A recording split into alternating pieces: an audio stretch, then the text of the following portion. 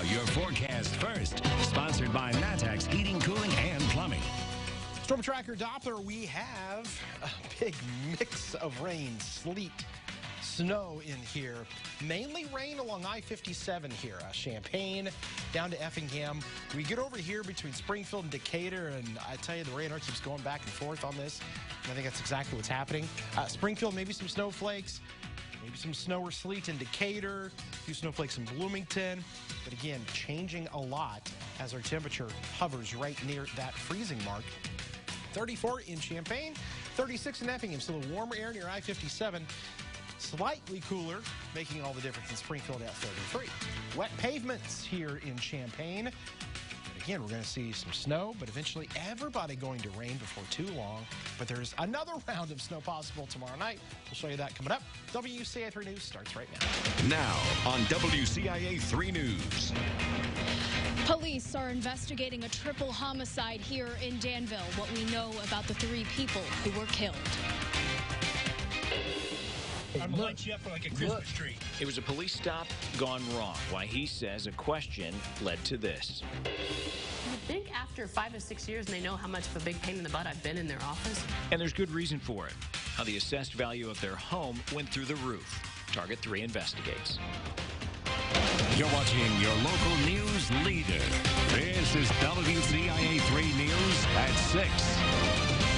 3 people are dead, and tonight, Danville police are trying to find out why. Good evening, I'm Paul Cicchini. And I'm Jennifer Roscoe. Police are investigating what led up to 3 men being killed in Danville. Their bodies were found inside a home today around 11 this morning. It happened at the corner of Elm and Cherry Streets. WCIA 3's Jennifer Jensen is live there in Danville. So, Jen, do we know who these men are?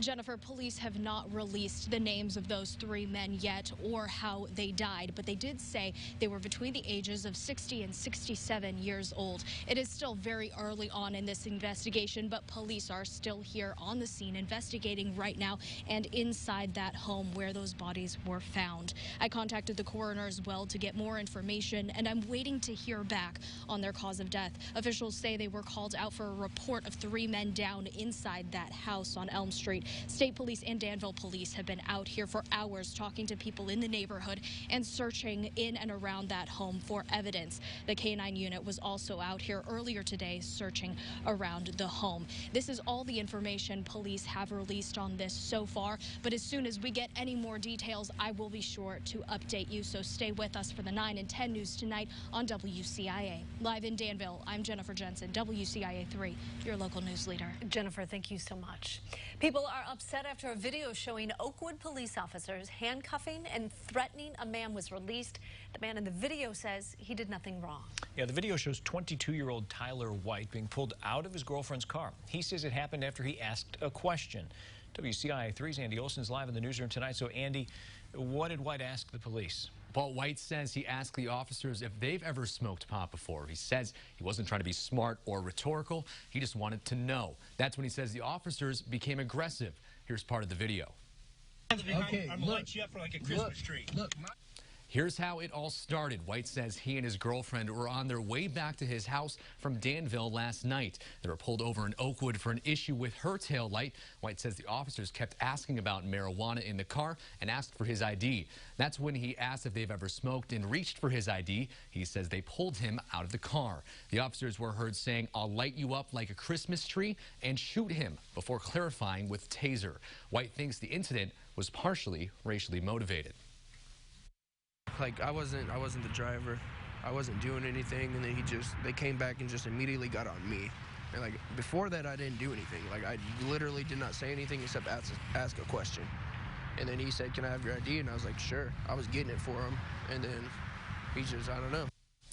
Officers put White in the back of their squad car. He was eventually released and given a notice to appear for obstructing justice. White says he hasn't filed a complaint yet, but he's planning to soon.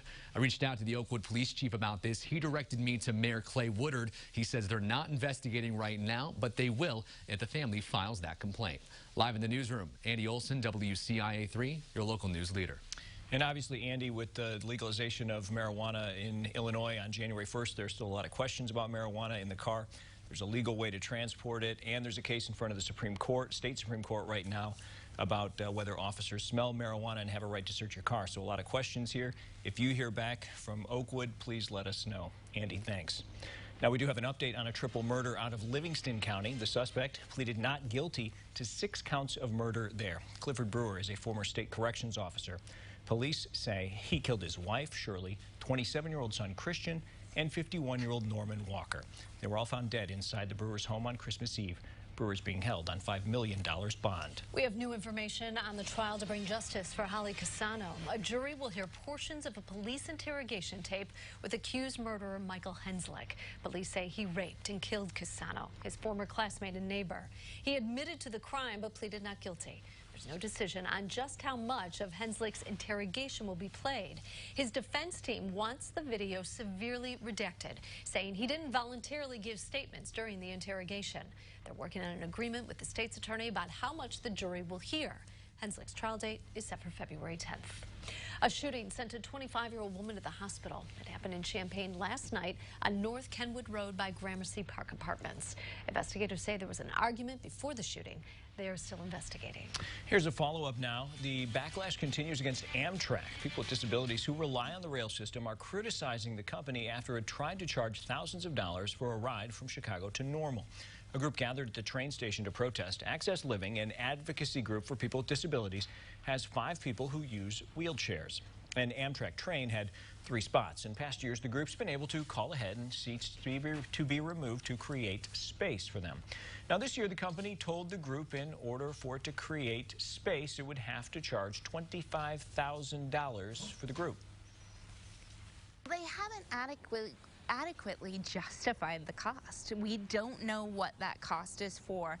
They told us that they have to take a train car out of service to reconfigure it, and that can be expensive. But of course, they've just absorbed these costs in the past, and we haven't seen a line item budget of any kind saying what that cost is for. In a statement, AMTRAK said, quote, after further review, AMTRAK is determined to suspend the policy in question. It was never meant to be applied to this situation, and we apologize for the mistake. Illinois' Alan Griffin was ejected for stepping on a Purdue player. What the Big Ten said today about his future. Also tonight. Thing around here selling for even close to that amount. What would happen if the value of your house jumped nearly $100,000? Tonight, in a Target 3 investigation, how for one couple, it's not only been the reality, but a real problem. And as we take a look at our Roofing Dog and Bratcher weather camera, just some wet pavements here in Champaign right now. After that high, made it to 36 today. Back above normal. We've got some more rain, some more snow coming our way. We'll talk about some minor amounts and when things really begin to warm up. Coming up next.